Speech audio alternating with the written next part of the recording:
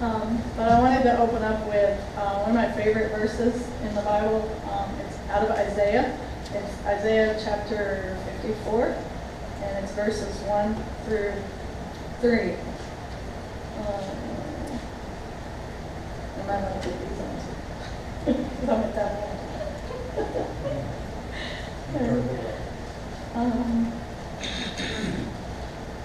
Need some transition music.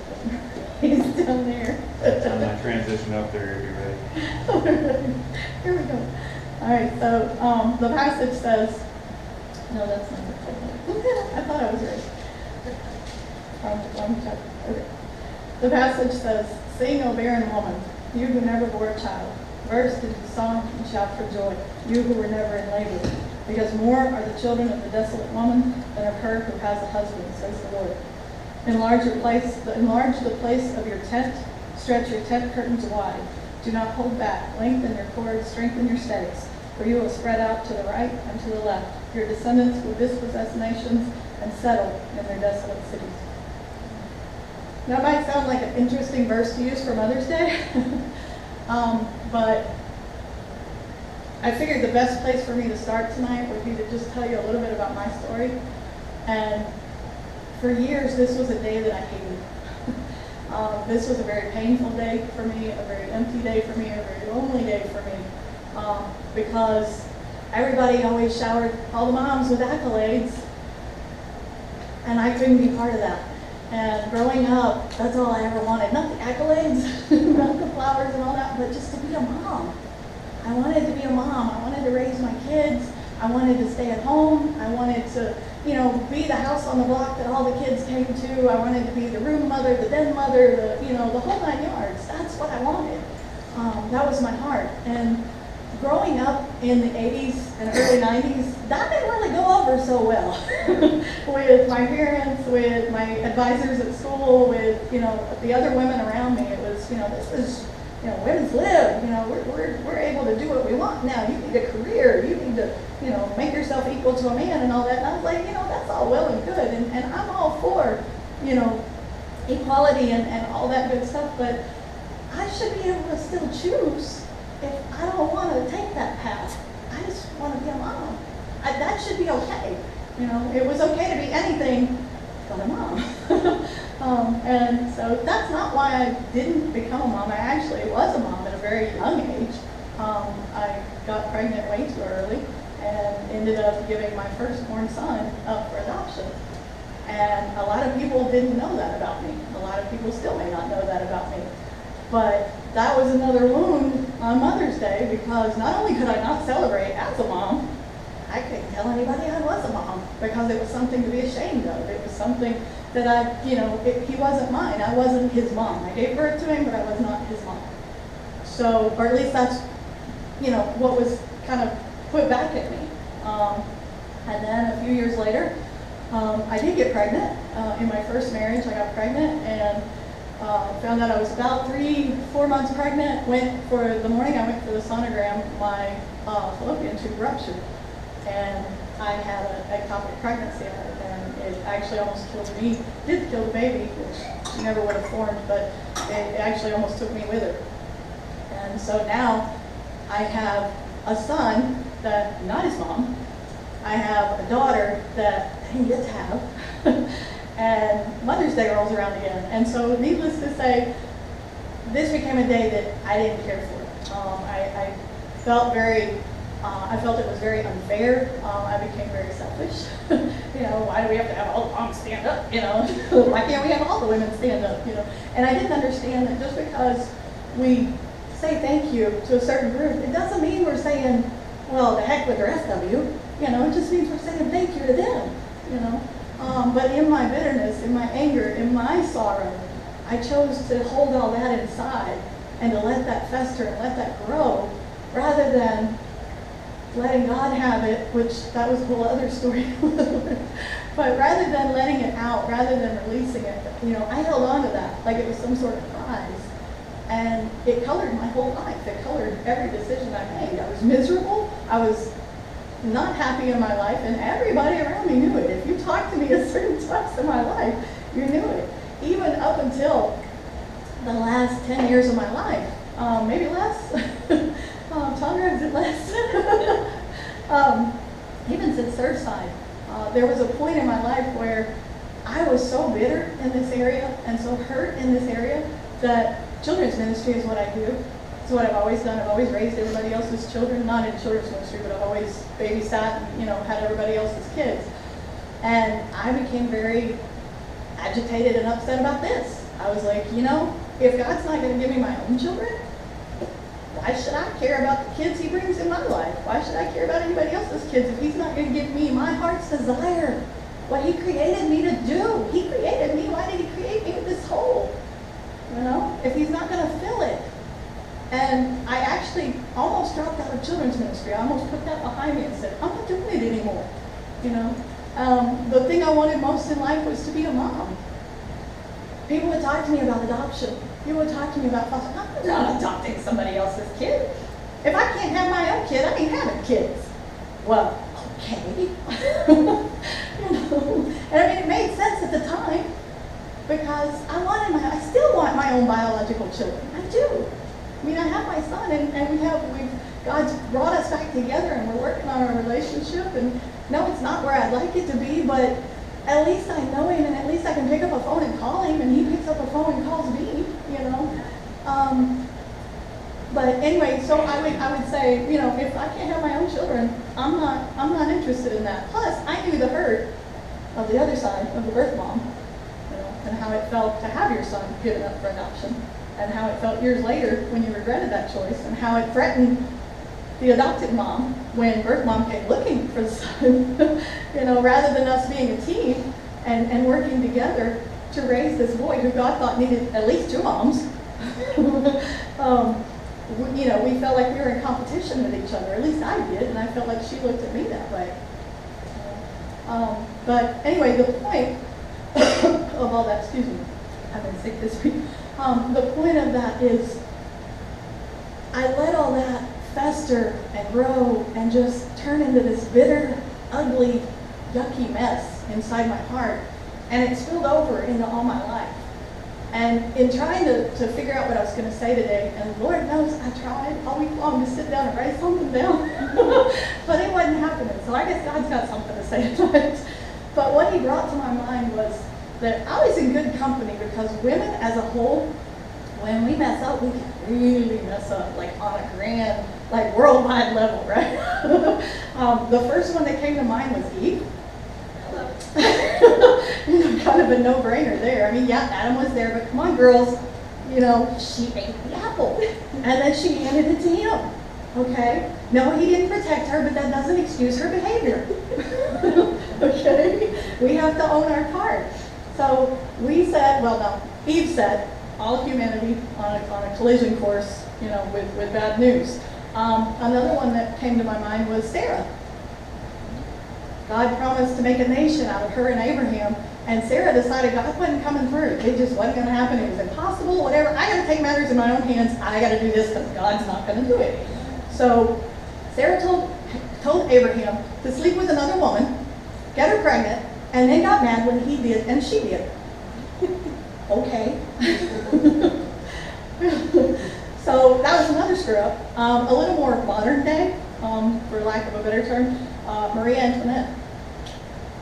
She was largely responsible for the French Revolution, for a lot of the unrest that caused the whole country to revolt. Marie Antoinette, one woman. Even more modern day, Kardashians. Sorry, I had to go there. You look at these women and the decisions they make and the choices they make, and you're going, what are you thinking? Are you thinking? Right? But it's not all bad news. It's really not. I know we can mess up. I can mess up really bad. But God also showed me, God also showed me that we can get it really right. And when we get it really right, it's on an epic level. All right? The ones that came to mind, believe it or not, Sarah. Okay? When she finally stepped into who God created her to be. A nation was born from her. A whole people group came to be because she said, I'll be who God wants me to be. Deborah, she was one of the judges of Israel. The captain of the army came to her, the man came to her and said, what do you have for me? She said, God said, go. You're going to defeat your enemies. You're going to do it. He said, go. The battle is yours. He said, okay, but I'm not going if you don't go. So she said, okay. She stepped into who God created her to be. And a whole war was ended. The guy didn't get credit for it, and she told him that was going to happen. But nations are born. Wars are ended. That's pretty epic when we get it right. Okay? Esther. She was a queen. She was a Jew. Nobody knew she was a Jew. The Jews were threatened. They were going to just wipe them all out. She was brave enough to go. Mordecai, her uncle, came to her and asked her to go to the king. At first she said, I can't do that. Mordecai said, do you think you're going to escape this if you don't? Do you think it's not going to come out that you're a Jew if you don't stand up in this moment? So she said, okay. And she stepped into who God created her to be. And genocide was avoided. Mary, little 13, 14, 15-year-old Mary. Salvation for all of humankind. These are epic proportion results from a woman saying, yes, I will do what God is asking me to do. More recent history, Harriet Tubman, Underground Railroad, slaves were free. Rosa Parks sat down on a bus. Wow. But it was huge. It's a whole paradigm shift in society. Yes, there were other people around that were doing things as well, but she sat on a bus and she refused to get up. She became who God created her to be. Mother Teresa brought compassion to this dog-eat-dog, brutal, kill-each-other world.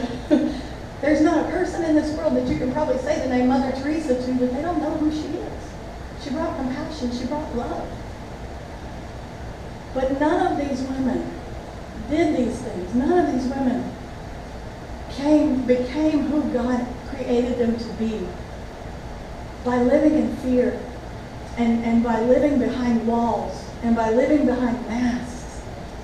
And we do it every day. I do it every day. We think that if we can raise our kids to be good kids and get good grades, or if we can keep our cubicle at work neat and tidy and we can keep that organized, or we can keep the dog from jumping the fence this weekend, and we go through these lives and we think that this is what we were created to do.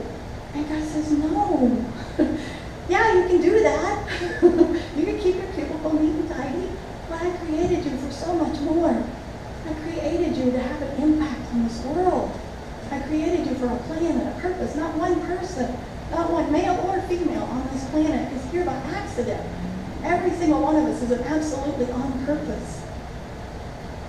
But the only way that we can be the people that God's asking us to be is one of the scariest things that any of us ever have to do. And that's walking with our heart out here. And saying, here it is. Take it. Here it is. And that's the scariest place to be, even just doing that motion. Take your heart and go like this. Because it's going to get hurt. And it's going to get hit and it's going to get squashed. And somebody's going to be really mean to it. Yeah, they are. But you know what? You live behind those walls. You live with that fear. And you keep your heart back here. People are still going to be mean to it. People are still going to hurt it. People are still going to squash it. So why not live out here and take the risk? Live your life wide open and be the woman, be the person that God is asking you to be. I just recently read a book by a lady named Ann Voskamp. Fantastic book. If you can get it, get it. 1,000 Gifts. She says the secret to being who God created you to be, the secret basically to life, to everything, is gratitude. If you can find something to be grateful about, your whole life will change. And I'm telling you, it works. You can't positive think your way out of bad feelings about people. You can't positive think your way out of feelings about bad situations, because feelings are stronger than thoughts. You have to fight a feeling with a feeling. And gratitude is a feeling. And in the middle of the, oh my gosh, I cannot believe this is happening again. Find one thing to say. You know what? thankful for this. I'm thankful that even though every single person in the world that drives 2 miles an hour down this freeway is ahead of me, I'm thankful that I have a car to drive in. I'm thankful that I'm not in the ambulance that just passed me on the highway. You know, I don't know, start small. I'm thankful that I have clothes to wear to work. You know, that'd be kind of embarrassing. So, and guys, take heart, because this message isn't just to women, but when women rise up and live their life wide open and become the women that God created us to be, you guys win too. Every single one of these women had a man that was able to step into the role that God had created him for because she did. Right? Deborah said, okay, I'll go with you. So Barak was able to fight the battle and win. And Israel was not under this king anymore. Sarah said, okay, Isaac was born. Abraham became the father of the Hebrew people. Thank you. Esther stepped in and said, okay, Mordecai was brought into the presence of the king and made a ruler in the land. Mary said, okay, Joseph was going to run. He said, I'm going to divorce her quietly. God said, no, you're not. Because this is who I created you to be. So we both win when we step into the people God created us to be. And we can't do that holding on to all that bitterness, holding on to all those hurts, holding on to all that unfairness. Yes, it was unfair. Yes, it hurt. Yes, it matters. But we can't keep it here. We've got to let it go and find something to be grateful for.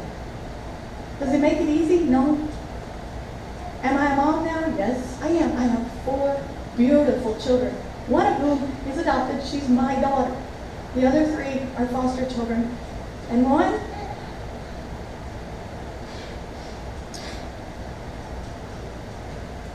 I will say goodbye to in a month. And he's called me Mommy from the day he was born. Well, he didn't call me Mommy, but he's 2 years old. And I get to say goodbye to him. Does it hurt? Oh, you betcha.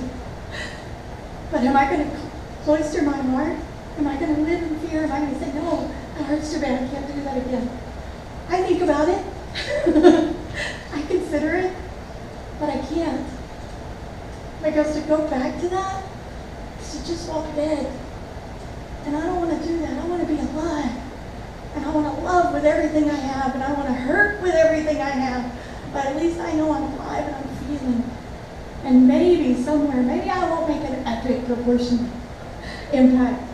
But I'll make an impact just by being the woman that God created me to be. So thank you, moms, for being moms. And thank you, women, who this day may be horrible for you, for sharing this day with moms who are celebrating and letting them have their joy. And somewhere, finding a place to say, I'm grateful for this.